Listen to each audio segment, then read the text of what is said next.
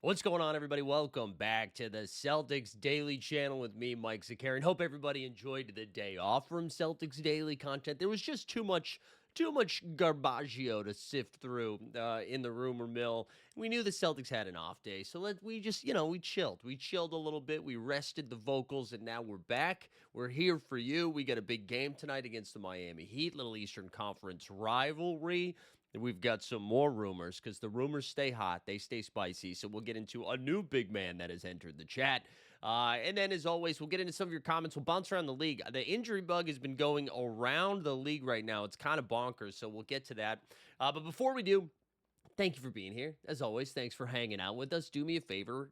Hit the subscribe button, all right? Cruising on up to 2,500. Let's keep boosting those numbers. Get involved in the chat. Do all that stuff. All that stuff. All right, let's go. It's Jaren Jackson Jr. time. And again, anytime coming off an L, I like to look at other people's pain to make myself feel better. And what I'm doing right now is looking at the Memphis Grizzlies. I don't know if you have seen the video going around. So the Grizzlies right now are in Germany to play. What was that? The Germans. That's what that would have been a little bit better instead of what I just did a second ago.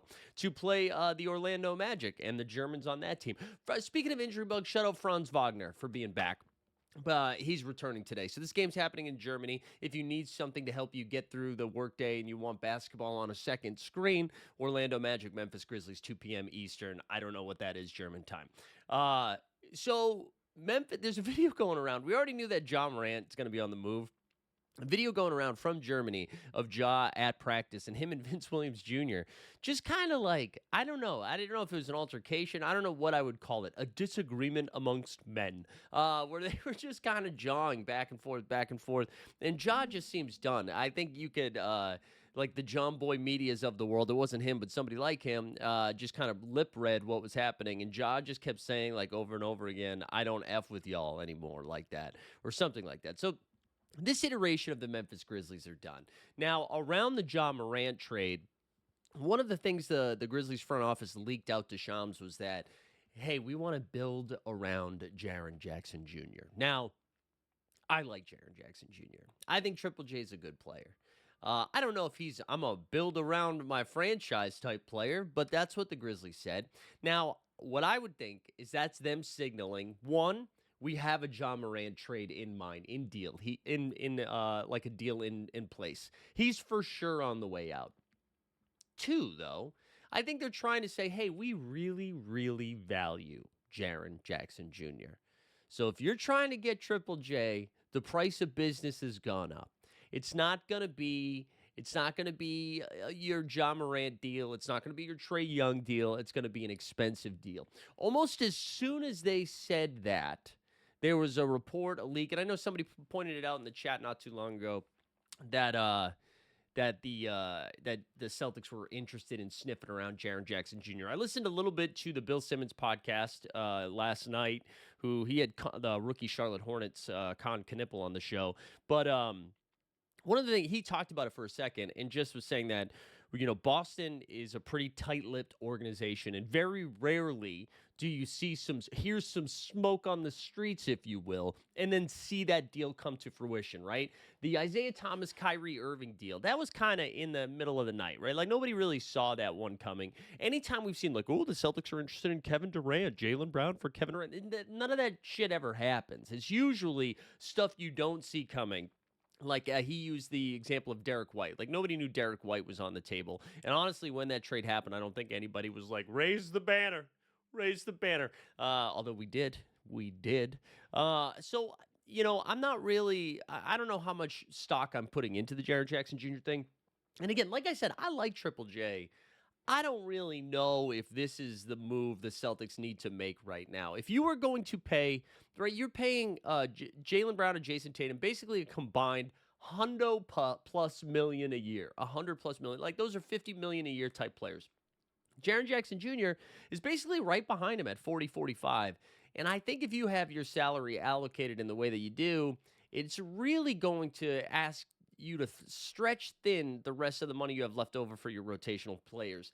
And I'm sure there's a deal that could be had, right? There are pieces they could move to make it happen. But is that where you want to put your money? And again, Jaren Jackson Jr., I believe former Defensive Player of the Year. I can throw some stats at you, but I think people, I don't know how closely people have been paying attention to Triple J. And Triple J's defense, I think, is predicated on who he's playing next to. And I think Jaren Jackson Jr. at his peak, at his best, I think everybody's like, oh, he's the small ball five guy.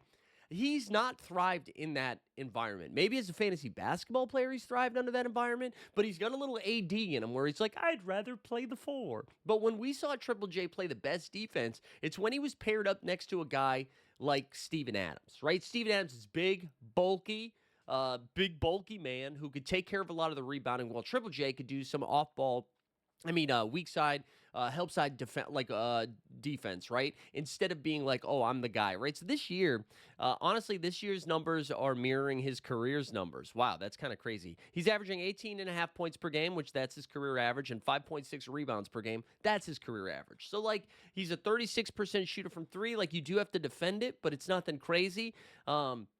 And I don't know. I mean, yes, so he did win Defensive Player of the Year, and he was an All-Star. He's been a two-time All-Star. He made it in 22-23, and then again in 24-25. He's finished top 7 in Defensive Player of the Year 3 times. He's been All-Defense, first team twice, second team once. Like, again, and I'm not trying to say Triple J's not a good player, because I've been out here saying, like, go get Danny Gafford, go get Day'Ron Sharpe, right? Take calls about Nick Claxton. And I think the reason being is because, that price point-wise, that makes a little bit more sense with the roster construction that we have. Jaren Jackson Jr., on the other hand, that's going to require, you have to be so confident that the trio of JT, JB, JJJ, is what's going to bring you to the promised land, right? That can't be a flyer move, because again, if I go to Spotrac here, or maybe what's the best way? Let's see, what is Jaren Jackson Jr.'s contract right now? Because if we look at this, don't you love when I just dictate what I'm Googling?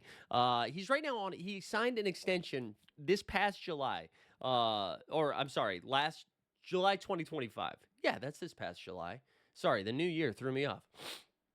Signed an extension in July. Also, one of the funniest things that's funny, not comedy show funny, but right after he signed the extension, almost immediately, he announced he had a foot injury and missed the start of the season. Now, he didn't miss that much time, so he's fine. But he signed a 5-year, $240 million contract. All right. So including around $49 million in the first year of the extension. And then it ends with a player option in 2030. That's going to be like about $50 million. And you're asking a lot. And I don't know, especially in the current collective bargaining agreement with aprons and napkins and chef's tables or whatever, we get into that question of, like, does that end up being a tradable contract the further it goes along? Like, is this the most value Jaren Jackson Jr. is going to have for the rest of his contract?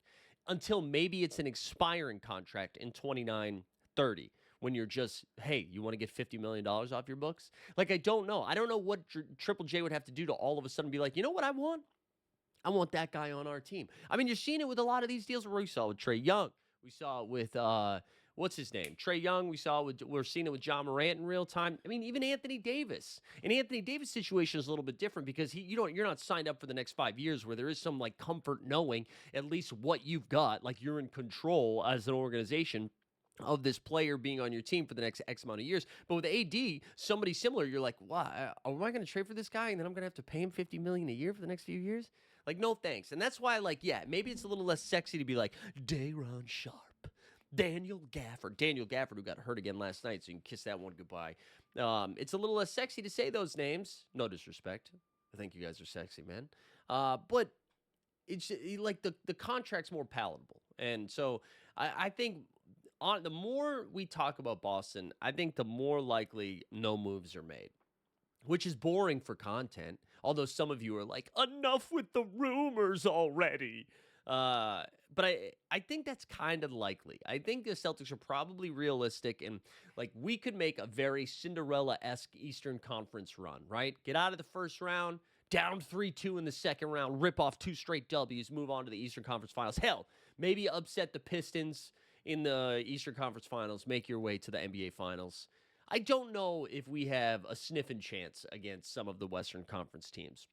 Or I don't think, what I will say, let's rephrase that, because of any given Sunday, What I don't think is that I don't think there's a move out there that all of a sudden makes them a favorite against the Oklahoma City Thunder, against the Denver Nuggets, even a team against like the Houston Rockets who can just throw 7-footers at you, you know? They were just always going to get crushed on the glass in those situations. So I don't know. All that to say, I kind of think they stand pat. Maybe maybe it's a little move around the edge. Maybe Boucher gets shipped out for a second round pick in 2075 or some shit like that. But I think more likely, stand pat. You get JT back in March, and then you can still make that Eastern Conference run. You still can. That's gravy, baby. It's gravy, baby. All right, let's go to tonight's game. Celtics, good news here. And this was, we can say it's back spasms. Maybe JB was a little under the weather back-wise, but it was so clear that they were like, hey, listen, he's been doing a lot. He can take the night off. We don't play again until Thursday, right? That was on Monday in the loss against the Pacers. So tonight at 7 p.m. Eastern, Celtics are on the road. They're in Miami on South Beach, having a Cubano. And they are 2.5-point faves, 234.5-point total tonight. Celtics are relatively healthy, which is pretty fun to see. They have only Josh Minot listed as out. Everybody else good to go. On the Miami side of stuff, Miami has Jaime Jaquez Jr., maybe the true Triple J. He's listed as questionable. He's been he missed a handful of games, but has played the last 3 games, so I think he's probably good to go. Tyler, you can be my hero, baby, is probable tonight. He's been, after missing a ton of time, has now played 4 of his last 5 games. Scary Terry Rozier, still under investigation by the Federal Bureau, the FBI. Yeah, he is not going to play basketball tonight. And then Davion Mitchell is doubtful, which is like good news for our fast PP, Derek White, Jaylen Brown, because that dude's a tough on-ball defender that should allow the offense to get a little bit more loose, which is good news. So I think, to me, like, the key is, can you keep Tyler Hero in check tonight? And then Bam Adebayo, who has been dog doo-doo this season, finally woke up out of that shooting slump in a win over the Phoenix Suns in their last game. In 31 minutes, he had 29 points, 9 boards, 4 dimes, and then 2 steals and a block. Did a little bit of everything in that game. And so, is he able to take advantage of the Nemi matchup when Luka Garza's out there? How does that look? I think if you can keep, it's really just Bam, Hero, and Norm Powell. I think Andrew Wiggins, no matter what, is going to give you like 18 points and 4 rebounds. That seems to be the Wiggins experience, except for that one freaking time he played us in the NBA Finals and turned into like the number 1 overall pick out of Kansas in whatever year that was. Where the hell did that come from, BT Dubs? But anyways, that's tonight's matchup. I feel pretty good about it. Celtics need to bounce back. Still on the road. I think they return home after this one, or maybe one more road one. I can't remember.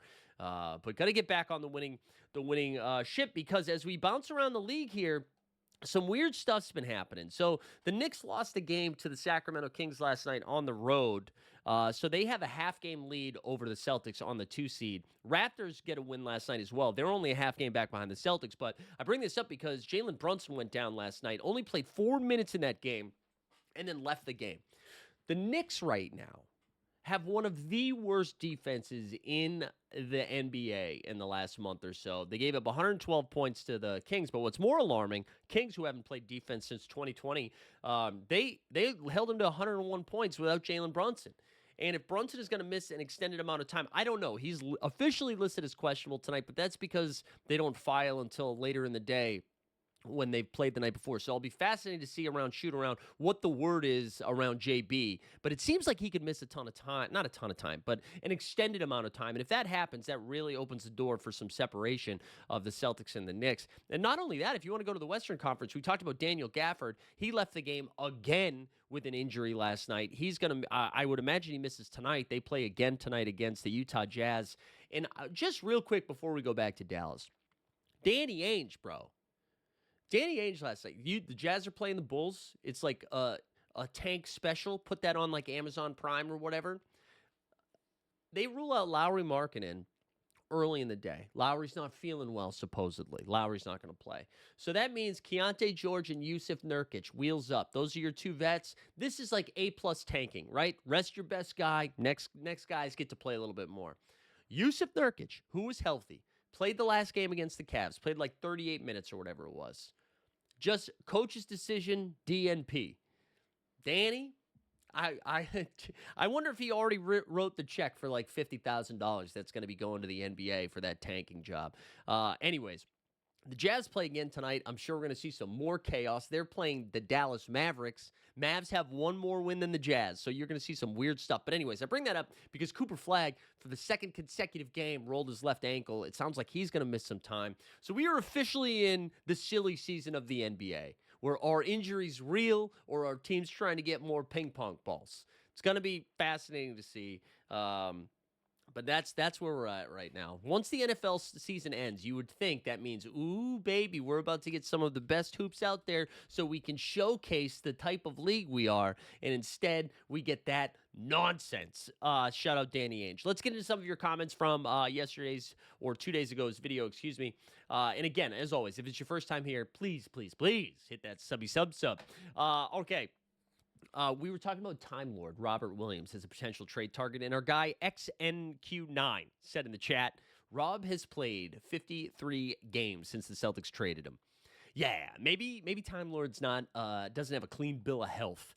And then AJB said, to add to your take on trading for a big boy, according to your girl Noah Dalzell, the numbers show that the Celtics are a much better team when Kate is on the floor. Why would the Celtics not want someone that mirrors his impact? That's what I'm saying. Dave says no Gafford, no Zubac, but give me Day'Ron Sharpe or Williams if he's not giving up too much. Yeah. But we already talked about Time Lord, but I'm with you on Sharpe. Okay, what did we say? Irvin in the chat said I would be shocked if the Celtics make a trade. Yeah, it took me an extra day, but I got there with you, man. And then Daniel Cordier, yeah, we talked about him. I think this was actually the first time I saw the rumor, but he said, I like Jaren Jackson Jr. on this team. I like it too if the money worked. It's really just about the money. Kevin Rivera says, what do you guys think about Nick Richards? This is what I would tell you about Nick Richards. 2 seasons ago, Phoenix Suns, or was that last season? That might have been last season, early in the season. Phoenix Suns trade for Nick Richards. I like to call him Big Dick Nick Rich. All right? Nick Richards. They trade for him. He starts for them for a little bit, right?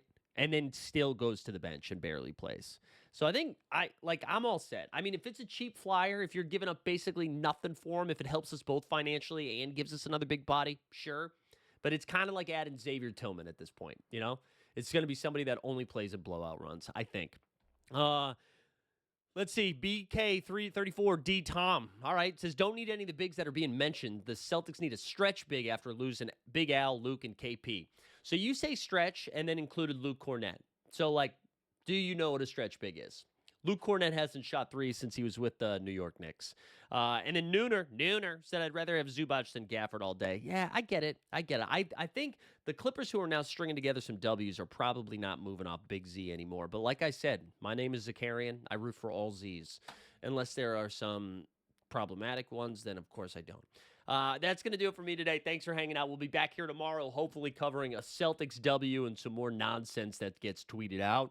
Hit the sub. We'll see you guys next time.